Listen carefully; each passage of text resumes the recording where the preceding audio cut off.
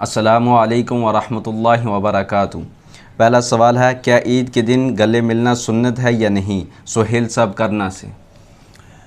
اس مسئلے کے بارے میں یاد رکھیں کہ عید کے دن، صرف عید کے دن ہی گلے ملنا اور یہ سمجھنا کہ یہ شریعت کا کوئی حکم ہے یا سنت ہے، یاد رکھیے کہ یہ کسی روایت سے ثابت نہیں ہے اور نہ ہی یہ سنت ہے، بلکہ اگر آپ اس کو شریعت کا کوئی حصہ، دین کا کوئی حصہ سمجھتے ہیں تو یہ عمل بدعت بن جائے گا۔ اس میں یاد رکھیے، عید کے دن ہی گلے ملنے کا معمول رکھنا اور ایک دوسرے کو گلے ملنا اور سمجھنا کہ یہ شریعت کا، دین کا کوئی حکم ہے اور سنت سمجھنا، یہ سنت نہیں بلکہ یہ ایک بدعت عمل ہے۔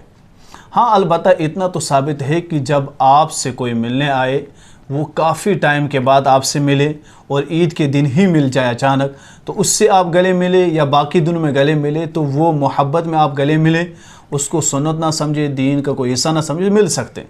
یا عید کے دن ہی کوئی ایسا شخص آئے اور آپ سے گلے ملنا چاہے تو آپ ملے تو وہ ٹھیک ہے، لیکن اگر آپ اس کو سنت سمجھتے ہیں، لیکن جس معاشرے میں لوگ یہ سمجھتے ہیں کہ گلے ملنا ضروری ہوتا ہے، عید کے دن ملنا چاہیے، یہ سنت ہے، تو اس صورت میں جب آپ کو یہ مسئلہ معلوم ہو کہ عید کے دن ملنا تو گلے ملنا سنت تو نہیں ہے اور اسی طور پر یہ تو شریعت کا کوئی حکم نہیں ہے، تو اس صورت میں آپ اگر یہ سمجھتے ہیں کہ اگر میں اسے منع کر دوں تو یہ کوئی برا نہیں سمجھے گا، رشتہ نہیں ٹوٹے گا، یہ کوئی مجھ سے دور نہیں ہوگا، نفرت نہیں کرے گا، تو آپ اسے سمجھائے کہ دیکھو عید کے دن ہی گلے ملنا یہ شریعت کا حکم نہیں ہے۔ لیکن اگر آپ کو یہ لگتا ہے کہ اگر میں اس سے گلے نہیں ملا تو یہ مجھ سے نفرت کرے گا، مجھ سے دور ہوگا، لڑائی ہوگی یا کچھ اور مسئلہ ہوگا، تو آپ ملیں اس سے گلے، لیکن گلے ملنے کے بعد اسے سمجھائیں کہ مسئلہ یہ ہے کہ گلے ملنا ٹھیک ہے، لیکن چونکہ اس وقت لوگ یہ سمجھتے ہیں کہ عید کے دن گلے ملنا سنت ہے، دیکھو ہم شریعت کے پابند ہے، اسلام کے پابند ہے، شریعت میں ایسی کوئی چیز جو شریعت کا حصہ نہ ہو اس کو شریعت بنانا،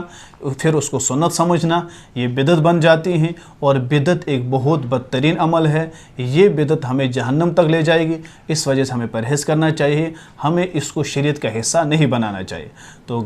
عید کے دن گلے لگنا سنت نہیں ہے اور نہ ہی کوئی شریعت کا حکم ہے۔